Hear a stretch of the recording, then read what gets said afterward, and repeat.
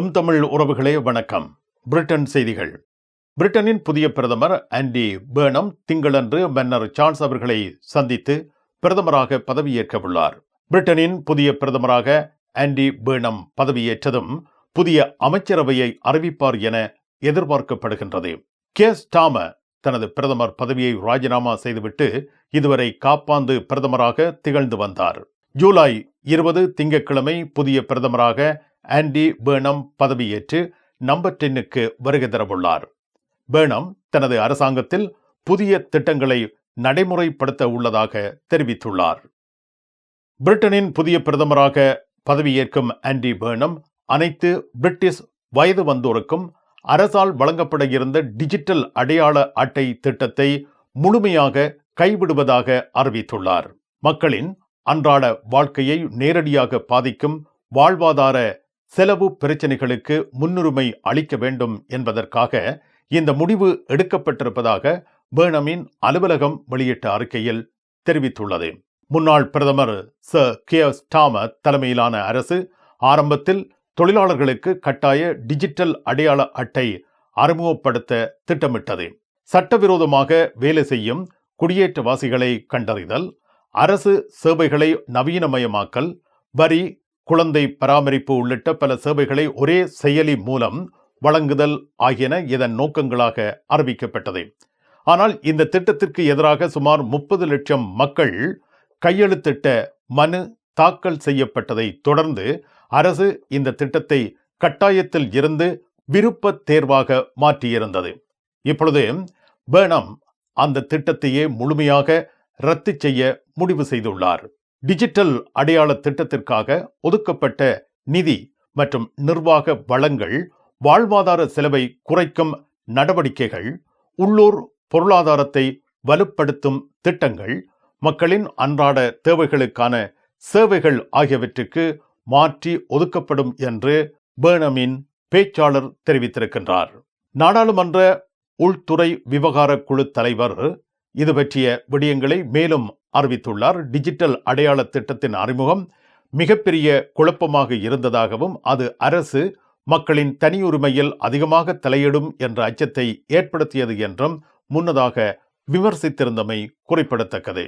London வாழ் விநாயக பக்தர்களே, August 30ஆம் தேதி நடைபெறும் பாரிஸ் லா ஷப்பல் ஸ்ரீ மாணிக்க பிள்ளையார் தேர் திருவிழாவை தரிசிக்க கௌரி ட்ரஸ்ட் சிறந்த வாய்ப்பை வழங்குகின்றனர். ஆகஸ்ட் 29ஆம் தேதி லண்டனில் இருந்து புறப்பட்டு 30ஆம் தேதி திரும்புதல். போக்குவரத்து, தங்குமிடம், உணவு யாவும் உள்ளடங்கலாக 185 பவுண்ட்ஸ் மாத்திரமே. ஈஃபில் டவர் உட்பட சைட் சீயிங். சொகுசு பேருந்தில் உங்கள் இருக்கைகளுக்கு முந்துங்கள். 07953758003. புதிய அரசாங்கம் வட கடல் பகுதியில் இன்னும் மேம்படுத்தப்படாத சில எண்ணெய் மற்றும் எரிவாயு வள திட்டங்களை விரைவுபடுத்தும் நோக்கில் செயல்படும் என செய்திகள் வெளியாகியுள்ளன. இது எரிசக்தி பாதுகாப்பு மற்றும் பொருளாதார வளர்ச்சி தொடர்பான விவாதங்களை மீண்டும் எழுப்பியிருக்கின்றது. பிரிட்டனின் கிளாக்டன் தொகுதியில் நடைபெறவுள்ள இடைத்தேர்தலில் ரிஃபார்ம் UK தலைவர் நைஜல் ஃபராஜ் உட்பட மொத்தம் 34 வேட்பாளர்கள் போட்டியிடுகின்றனர். அதாவது ஃபராஜை தவிர மேலும் 33 வேட்பாளர்கள் அவருக்கு எதிராக களமிறங்க உள்ளனர். இது சமீபத்திய பிரிட்டிஷ் இடைத்தேர்தல் வரலாற்றில் மிகவும் அதிகமான வேட்பாளர்கள் போட்டியிடும் தேர்தல்களில் ஒன்றாக கருதப்படுகின்றது.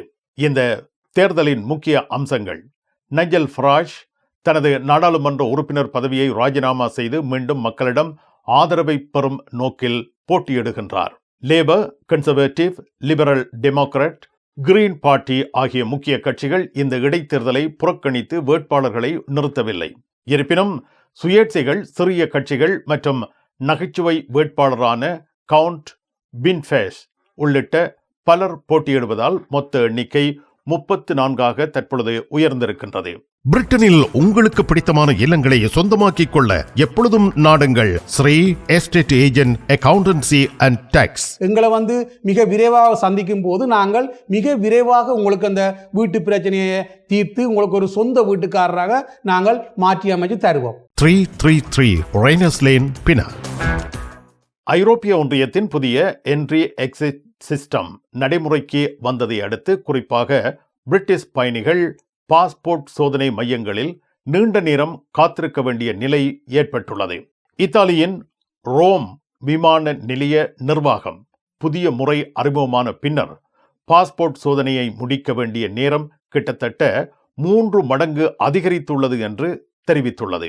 என்ட்ரி எக்ஸிட் சிஸ்டம் EES என்பது ஷங்கேன் பகுதியைச் சேர்ந்த 29 நாடுகளுக்குள் நுழையும் ஐரோப்பிய ஒன்றியத்திற்கு வெளியான நாடுகளின் குடிமக்களுக்கு பொருந்தும் புதிய டிஜிட்டல் எல்லை கட்டுப்பாட்டு முறை.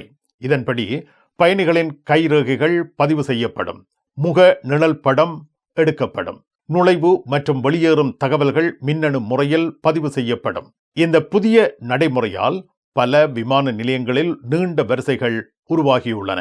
பாசிலோனியாவில் இறங்கிய பிரிட்டிஷ் பயணிகள் சில தானியங்கி இயந்திரங்கள் செயலிழந்ததால் 45 முதல் 60 நிமிடங்கள் வரை காத்திருக்க வேண்டிய நிலை ஏற்பட்டதாக கூறியுள்ளனர். ரேனியா நிறுவனம் கோடை விடுமுறையில் ஐரோப்பாவுக்கு பயணம் செய்யும் பயணிகள் விமான நிலையத்திற்கு வழக்கத்தை விட முன்னதாக வர வேண்டும் என்று கேட்டுள்ளது. பாஸ்போர்ட் சோதனையில் நீண்ட நேரம் காத்திருக்க தயாராக இருக்க வேண்டும் என்றும் அறிவுறுத்தியுள்ளது. ஐரோப்பிய ஆணையம் யூரோப்பியன் கமிஷன் பெரும்பாலான விமான நிலையங்களில் பாதிப்பு கட்டுப்படுத்தப்பட்ட அளவிலேயே இருப்பதாகவும் உறுப்பு நாடுகள் EES முழுமையாக நடைமுறைப்படுத்துவதற்கு தொடர்ந்து தொழில்நுட்ப உதவி வழங்கப்படும் என்றும் தெரிவித்துள்ளது. பிரிட்டிஷ் மற்றும் ஏனைய ஷெங்கன் அல்லாத நாடுகளின் பயணிகள் குறிப்பாக கோடை விடுமுறை காலத்தில் விமான நிலையங்களில் கூடுதல் நேரத்தை ஒதுக்கி பயண திட்டங்களை அமைத்துக் கொள்வது அவசியமாகும் என அறிவுறுத்தப்படுகின்றது.